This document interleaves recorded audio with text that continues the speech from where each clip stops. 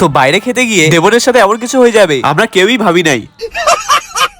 তো আজকের গল্পটা শুরু করা যায়। ব্যাপারটা হচ্ছে দেবন আর শোভন চলে আসে সন্ধ্যাবেলা, কিন্তু দেবনের ক্রিয়েটিভিটি লেভেল দেখে তো এখানে তো মোবাইল স্ট্যান্ডের দরকারই নাই। যাই হোক, তারপর রাত্রেবেলা ভাবলাম চলো বাড়ির পাশে সস্তা পাহাড় থেকে ঘুরে আসা যায়। তারপরে আস্তে আস্তে রিল দেখতে দেখতে যাচ্ছিলাম আমরা। ভাই পারলে এখানে মুভিটাও চালায় দেই, দেখতে দেখতে যাই একদম স্বর্গে।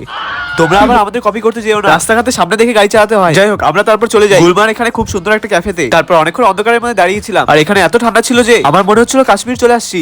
যাই হোক, ভগবানের মন্দিরের সামনে দিয়ে আমি বেশ অনেকদিন পর চলে আসলাম সেই ফেভারিট স্টেশনটায়। হ্যাঁ, এটা হচ্ছে গুলমার রেল স্টেশন। আগের বছর এখানে বসে ভাবছিলাম আমি যে পরের বছর থেকে আমি স্টার্ট করবো ইউটিউব। তারপর অনেক নাটক করার পর ওখান থেকে চলে যাই বাগাজাতি। দেন আমাদের এখানে কীর্তন দেখতে দেখতে আমরা বাইরে থেকে ডিনার করতে চলে আসি। আর আমাদের খাওয়া শেষ হয়ে যেতে আমি টিস্যু পেপার ঢুকাই দিলাম দেবজিতের টুপিতে, কিন্তু বেচারা একটুও বুঝতে পারলো না।